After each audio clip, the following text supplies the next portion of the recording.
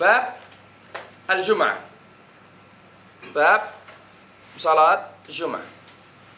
Dan di sini ya ikhwan, dalam syarah disebutkan terlebih dahulu muqaddimah yang begitu panjang tentang Jum'ah. Dan kita akan meringkasnya. Semoga bermanfaat.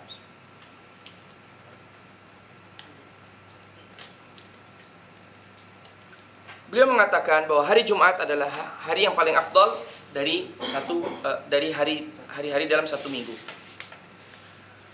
Dan Allah Subhanahu wa taala telah mengkhususkan hari Jumat tersebut sebagai hari di mana kaum muslimin beribadah di dalamnya. Dan di dalamnya ada banyak sekali keutamaan-keutamaan yang bisa didapatkan oleh seorang muslim. Ada ibadah-ibadah tertentu yang dilakukan pada hari Jumat tersebut. Apa saja? Di antara yang paling a'zam, yang paling besar adalah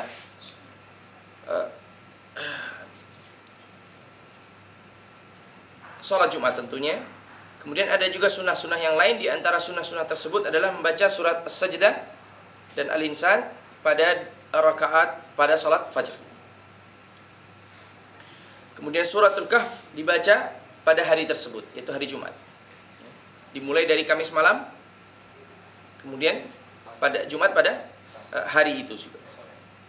Pagi, siang, sore tidak menjadi masalah. Kemudian memperbanyak salawat atas Nabi Sallallahu Alaihi Wasallam. Ini disunnahkan. Kemudian juga berikhtisar, yaitu mandi. Kemudian menggunakan wewangian dan memakai pakaian yang terbaik yang dimilikinya, sehingga tidak perlu takalluf, membebani diri dengan apa? Membeli pakaian yang baru. Allahumma apabila memang dia berkeleluasaan dalam harta, kemudian dia ingin membelinya, ini tidak mengapa. Karena pernah suatu ketika Umar menasihatkan kepada Nabi SAW untuk membeli pakaian yang digunakan oleh beliau untuk berkhutbah dan juga untuk menghadiri momen-momen tertentu seperti salat khusuf ya, atau acara-acara yang lain.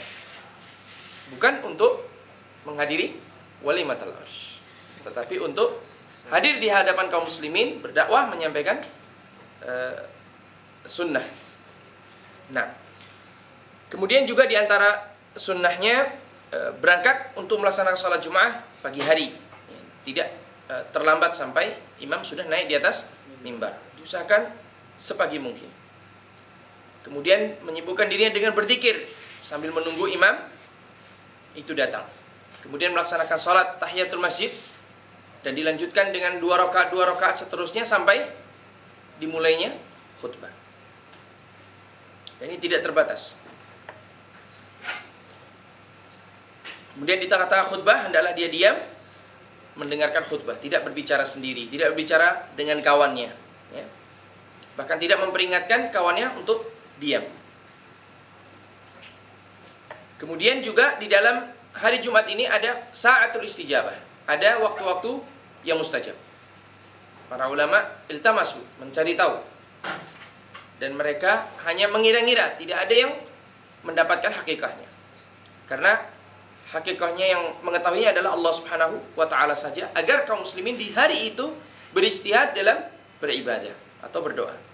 Namun di antara aqwal para ulama yang kuat adalah akhir asar, yaitu menjelang tenggelamnya matahari. Dan ini adalah perkataan dari jumhur sahabat wa tabi'in dan yang dipilih oleh Imam Ahmad. Kemudian siapa saja yang wajib menghadiri salat Jumat, di antaranya adalah seorang muslim, kemudian baligh, aqil, dan hur, orang yang merdeka.